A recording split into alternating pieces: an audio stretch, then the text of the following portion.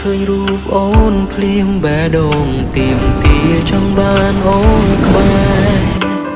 ចង់បានស្រងមានមេថ្នាក់ថ្នមគៀងកាហើយចិត្តស្រឡាញ់មួយនេះ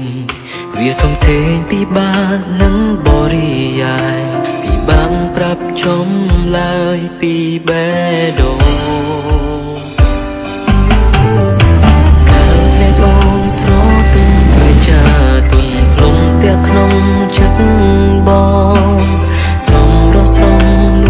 ធ្វើសង្សាំងអត់មានកំណត់ទេធ្វើរហូតក៏បានកំណត់ទេក៏បានតែសំខាន់សម្រាប់ថ្ងៃនេះគឺខ្ញុំចង់ឲ្យយើងសប្បាយចិត្តបើសិនធ្វើសង្សារយូរមិនបាក់ថតតយូរមិនបាក់ថតតយូរ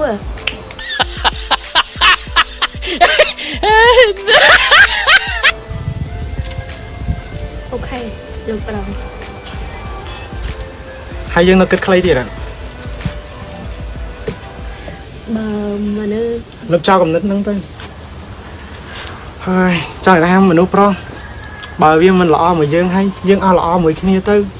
ចប់ទៅខ្លាចមនុស្សប្រុសយ៉ាប់អញ្ចឹងសម្រាប់ថាធ្វើសង្សារខ្ញុំហើយមែនចាអញ្ចឹងសន្យាមក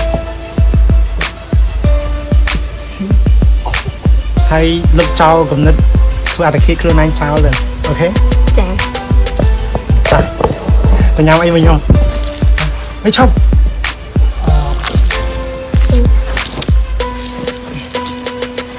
យ៉ាងនេះអរគុណអើយ